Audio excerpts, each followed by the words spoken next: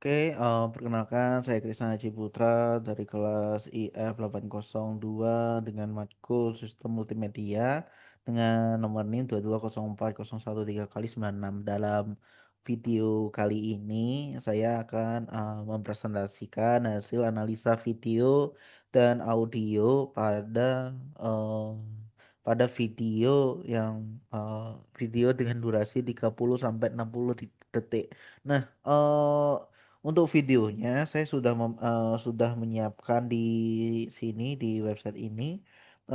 Videonya video animasi dengan durasi 56 detik dengan size 5676 kilobyte.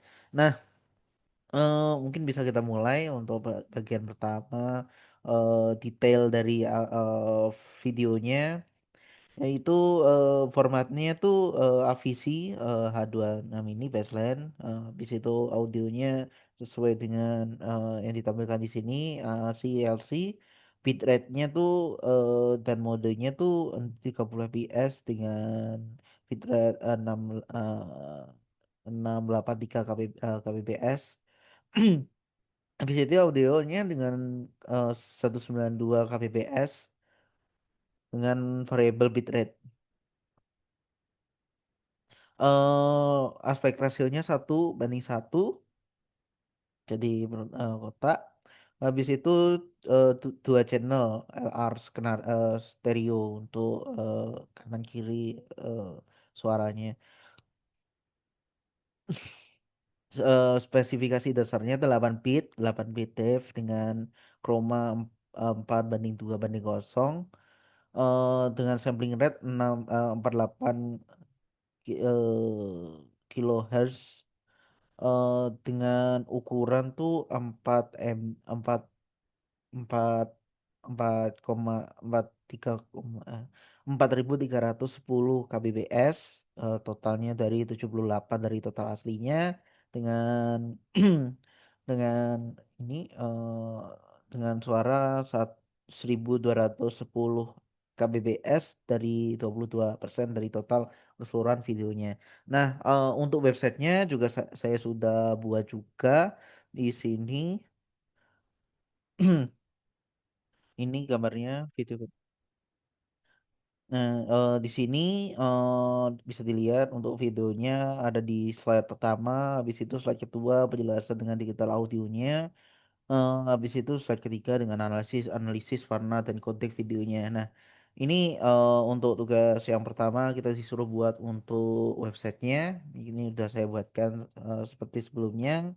Habis itu kita harus analisis analisis audionya dan juga eh, dengan menggunakan teori Nash-Hughes. Eh, Teori Nash-Hughes itu harus karena karena pendengaran manusia bisa mendengar suara dari 40 kilohertz. Teori sampling and Hughes harus melakukan dua kali frekuensi tertinggi dari suara aslinya. Jadi untuk dibuat digital harus dua kali dari uh, gelombangnya. Nah, untuk di video uh, yang saya lampirkan sebelumnya, kalau dicek itu samplingnya 48 kilohertz. Sebenarnya lebih tinggi dari batas umum pendengaran manusia, cuman karena memang ada beberapa kompres yang membuat samplingnya turun, jadi harus menambahkan batas quad band agar prosesnya tuh masih jelas untuk suaranya gitu. Nah, untuk detailnya sebenarnya sudah saya lampirkan di detail videonya. Ini saya menggunakan media info. Jadi di sini untuk detailnya sangat detail. Untuk bagian video dan audio saya lampirkan juga di situ. Habis itu warna dan kodeknya. Kalau warnanya sih 24 bit. Masing-masing 8 bit untuk merah, hijau, birunya. true colornya 16 juta varian, eh, eh, dengan maksimal 256 warna. Nah, chroma subsamplingnya itu menggunakan eh, kodek H2 H264 AVC dengan mengkonversi warna RGB menjadi UV, luminance and chromatic. Subsamplingnya 4:2:0. Habis itu visually subsamplingnya itu yang saya disebutkan sebelumnya 4:2:0 tadi dengan resolusi luminance. Habis itu eh, pertanyaan nomor satu buat web, dua audio,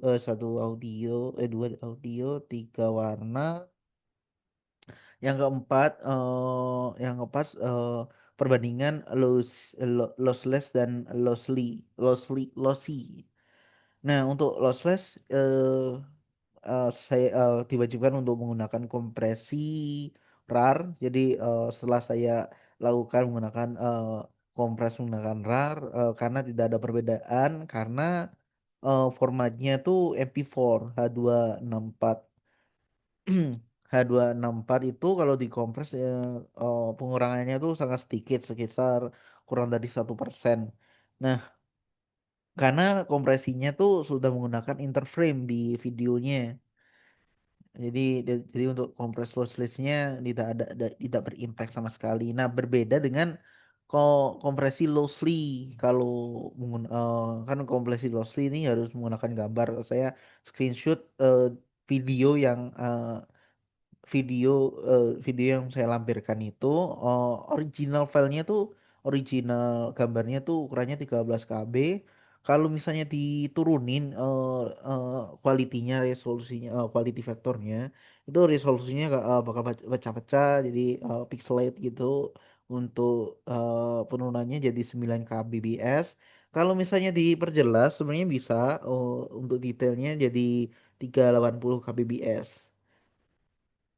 Nah, habis itu perbedaan algoritma LZB dan Huffman. Kalau Huffman itu kan fokusnya buat distribusi statik kayak foto alam sama gambar atau frame video. Jadi per frame. Jadi gambar yang statik jadi tidak bergerak atau berulang atau ya jadi gambarnya tetap jadi untuk algoritmanya Huffman lebih efisien karena proses transformasi DCT